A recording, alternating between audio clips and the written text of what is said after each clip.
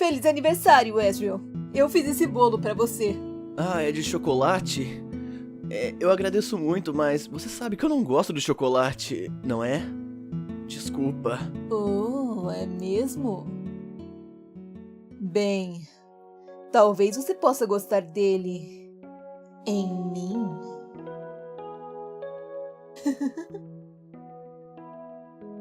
Não, eu falei que eu não gosto de chocolate. Então, vocês dois pretendem ter bebês algum dia? Que? Hã? Ah, isso é impossível, pelo menos por uma ou duas razões. Mas você consegue imaginar, Kiara?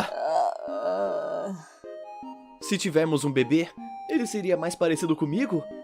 Ou talvez parecido com você, Kiara? Ou talvez um pouco dos dois?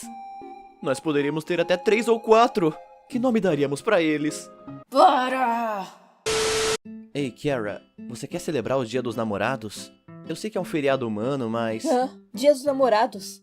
Esse feriado nojento do Dia dos Namorados não passa de uma data consumista que explora amor e romance das pessoas para ganhar dinheiro em cima delas. Além dessa data ser uma forçação de barra para todo casal que tem que fingir que é perfeito só para manter uma imagem para a sociedade.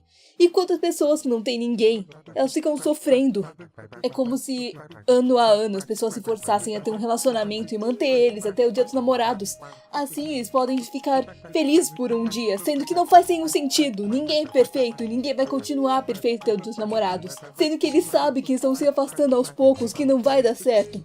Então eles preenchem o vazio com presentes pra evitar que eles sintam que acabou. No final, você pode não ter uma alma gêmea, ou ter mais de uma, ou acabar não precisando dessa pessoa especial, mas sempre tem a sociedade forçando a barra.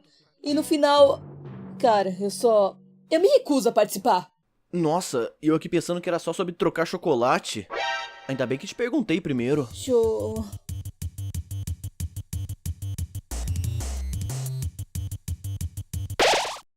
Ei, Kiara, você quer celebrar o Dia dos Namorados? Sim, devemos dar um ao outro chocolate. Espera, não pode alguma outra coisa? Eu não gosto de chocolate. Não desrespeite minha cultura, Ezreal. Kiara, por que você tá usando um cachecol? Pretende ir pra Snowdin? Chega mais, eu te conto por quê.